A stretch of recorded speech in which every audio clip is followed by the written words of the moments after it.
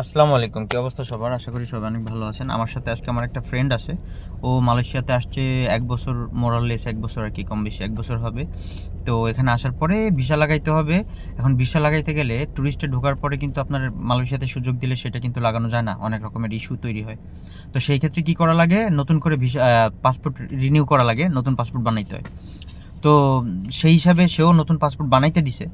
এখন পাসপোর্ট বানাইতে দিলে যে কাজটা হয়েছে সেটা হচ্ছে তার পাসপোর্টের মানে সরকার পরিবর্তন হয়েছে, সব কিছুই ঠিকঠাক মানে চলতেছে বলতেছে সবাই, কিন্তু এত কিছু পরিবর্তন হয়েছে কিন্তু মানুষের যে দায়িত্ব কর্তব্য এই জিনিসটা কিন্তু মানুষ পরিবর্তন হয় নাই। আগে যেরকম ছিল ভোটার আইডি কার্ড আলাদা, জন্ম নিবন্ধনের সাথে মিল নাই, পাসপোর্টের সাথে মিল নাই।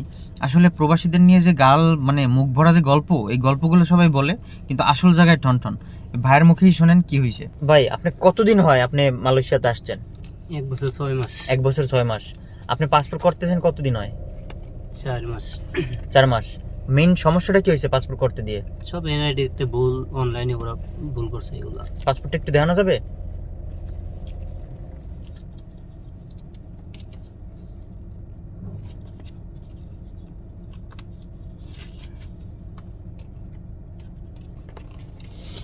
যাক, অনেক কিছু বা সব কিছু দেখানোর দরকার নাই। এখানে মেইন হচ্ছে কি, আপনার নামটা কি ভাই? শিহাবুদ্দিন।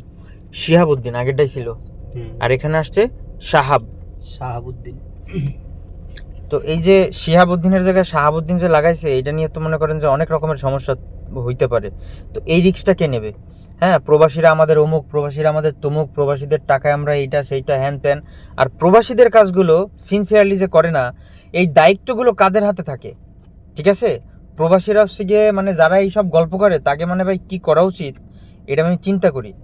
ঠিক আছে, যাক, আজকের আর বেশি কিছু বললাম না। আমি এরপর একটা কন্টেন্ট আনতেছি এই সব কিছু নিয়ে। ঠিক আছে, সেই পর্যন্ত সবাই ভালো থাকেন, সুস্থ থাকেন, আল্লাহ হাফেজ।